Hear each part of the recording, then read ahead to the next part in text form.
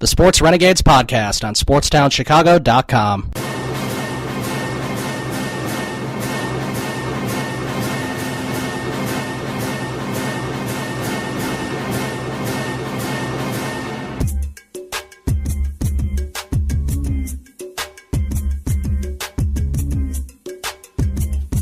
Welcome back to the Sports Renegades here on SportsTownChicago.com. I'm Ryan Stuprich. Oh, and I'm Ryan Risky.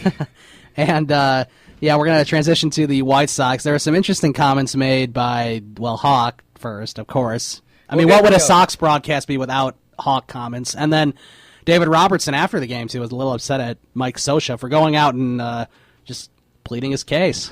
Yeah, David Robertson said Mike Scioscia should have been ejected. He blamed Mike Scioscia standing in front of home plate. All this after a win. The Sox won the game, and he complains about all this stuff.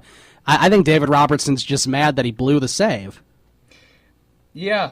He said the reason he blew the game was because Mike Scioscia was standing in front of home plate. Like, come on, David. The reason he blew the game is because he hasn't been very good this year. Yeah, that and he just doesn't get consistent playing time because they'll go on stretches that they lose every game, and the games that they win are huge blowouts, and they don't need their $12 million closer to pitch. I will say it's pretty impressive that they swept the Angels. They sort of put teams in front of them back into it. Like Tampa Bay is only a game and a half out. Baltimore only 2 games out of the second wild card. Yeah. Yeah, that's a good point. That really only helped the other teams ahead of the White Sox. It didn't help them. Right. The Sox still have some work to do. They have a nice 3-game winning streak, but but the Indians have a 4-game winning streak, and they're only, a game behind the White Sox. So those two teams, I don't think anyone thinks Cleveland has a chance, so why would anyone think the White Sox have a chance? Yeah, and I guess now we can get to the absurd comment by Hawk Harrelson that the White Sox are better than the Royals. Yeah, I couldn't believe that. I was actually watching the game live. Oh, you were watching it when that happened? I was watching it live when he said that. It was at the beginning of a game. It wasn't... was it last night or was it the night before? It was last night. It was last night. Oh, okay. I'm getting my nights confused. I did hear it live, and I heard him say, player for player, the White Sox have a better team than the Royals. And I think I was on my computer, and I looked up, and I'm like, what? And then I just muted the television. Yeah, I wonder if Steve Stone said anything. I don't think so. I think he just sort of wrote it off and started talking about the pitching matchup or something.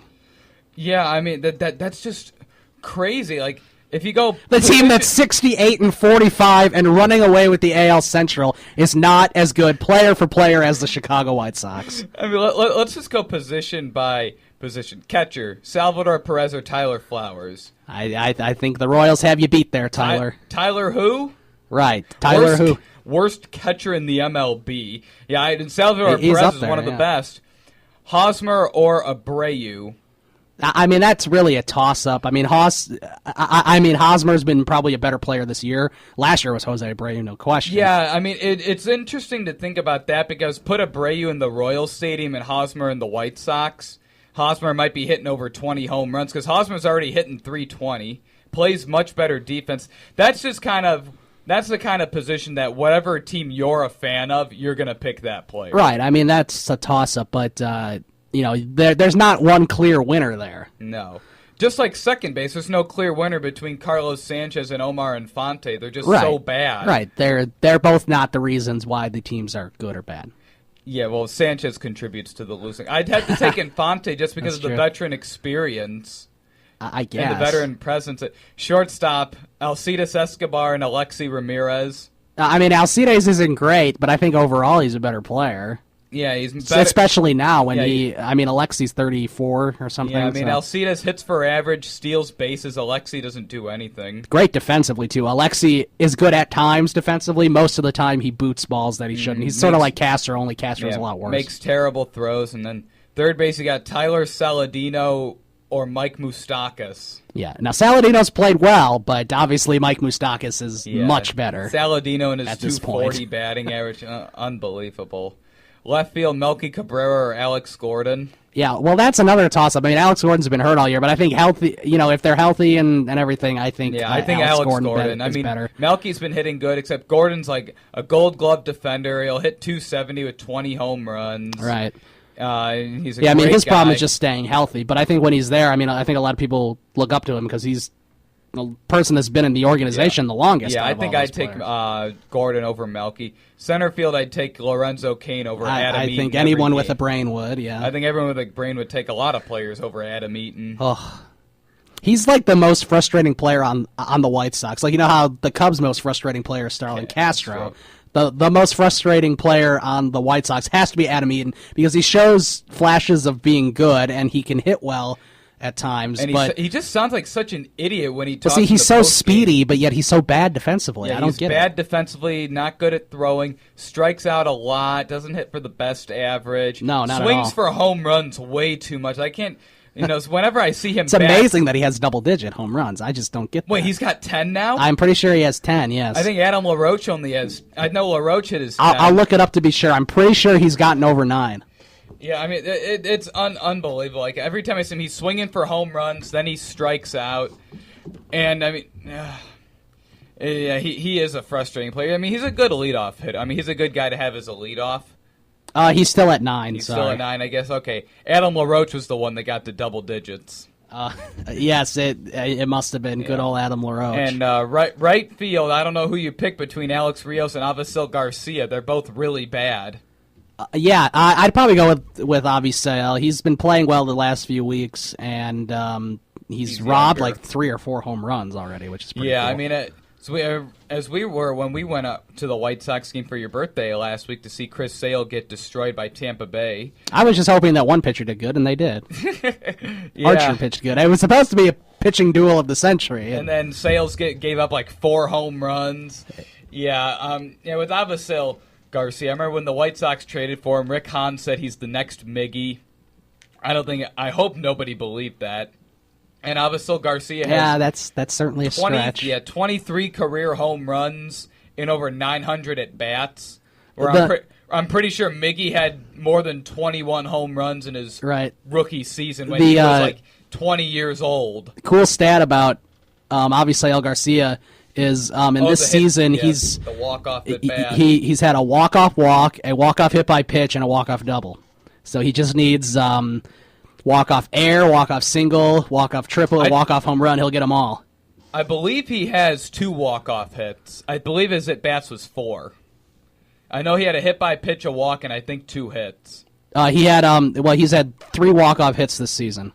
And I said he had a walk-off walk, a walk-off hit by pitch, and a walk-off double. He had 1 more. He has 4. He has 4? Yeah, he has 4. Well, it might have been 2 hits. I wonder if I can find out what the other one was. I thought on TV I only heard 3 of them.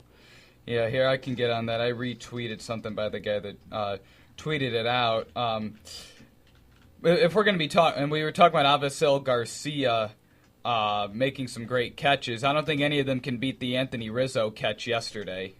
No, that was insane. I'm surprised they called it a catch, but I guess as long as you're not in the seats, I guess anything's fair game. I think you have to be, because I think if he had jumped into the crowd and made the catch, like if he was standing and made the catch, if he made the catch and was in the seat, then it wouldn't have. I think counted. He has to have like 1 foot on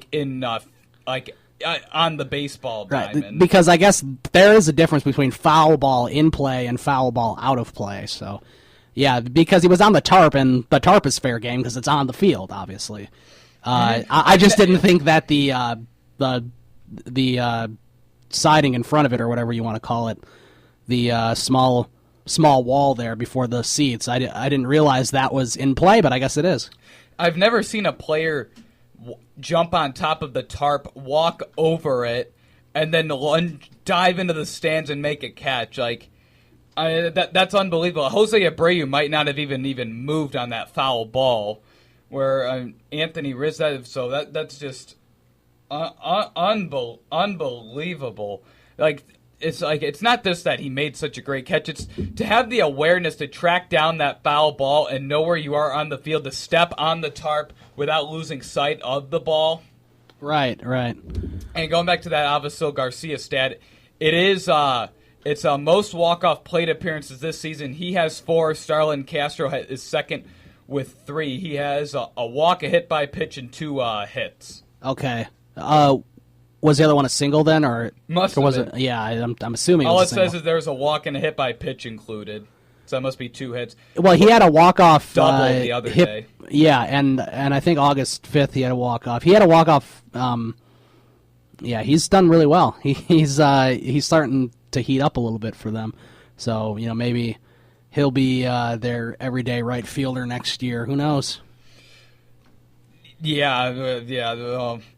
I don't think Rick Hahn's gonna try to change right fielders because he for whatever reason.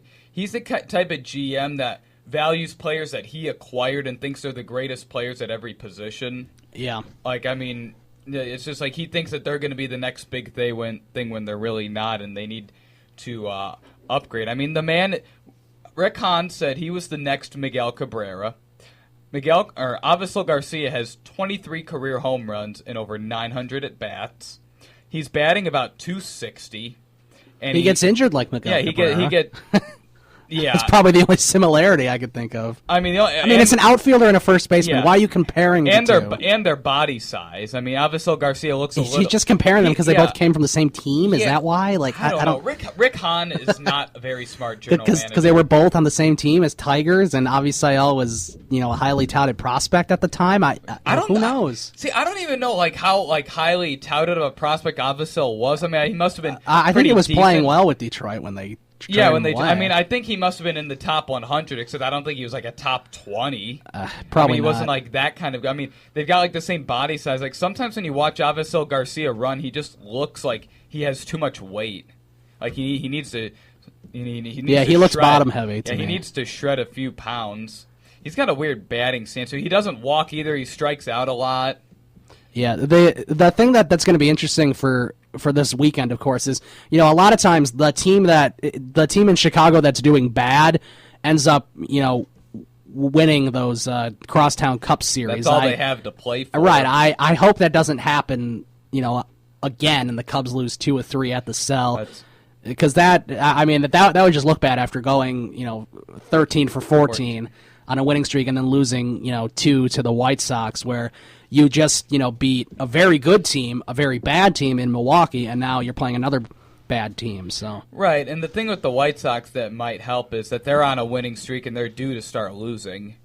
And I mean, and for the Cubs, they got Lester and Arrieta pitching. Oh no, not Lester. I'm sorry, they got Arrieta pitching at least. And we were kind of everyone was shocked last night on Twitter, when Joe Madden said before the game that when Hamill was pulled after 4 innings against the Giants, he said he wasn't happy, and I think that's good because he's going to want to go deep in this and then game. He did it again. And then after 65 pitches, Joe Madden takes him out. Twitter's going crazy, wondering what's going on. Right. I mean, I tried to defend it. Yeah, Hamill wasn't even pitching bad. I think he had allowed 3 hits. He was pitching much worse in his previous outing. Yeah, where I think Rizzo made that catch. It was called an out, and then I think they took Hamill out. They took Hamill out right after that. After 65 pitches, and it was 5 2/3 innings, and then people are going crazy, and then I finally put 2 and 2 together, and I tweeted that out to you.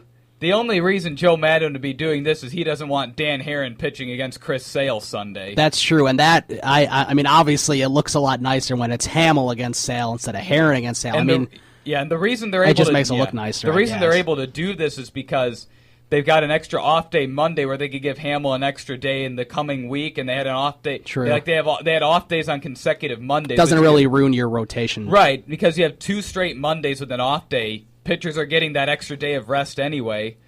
So, I mean, that's the only reason I could think, because Hamill was pitching really good when he was taken out yesterday. Yeah, I thought for sure he'd go through 6 or possibly 7, depending on how it went. But, I mean, it ended up being a pretty good move. I mean, I know the Brewers scored late, but that had nothing to do with Hamill, obviously.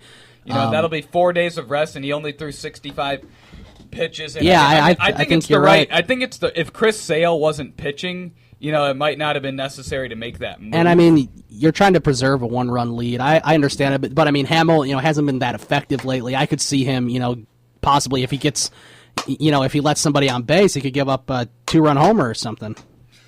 Right.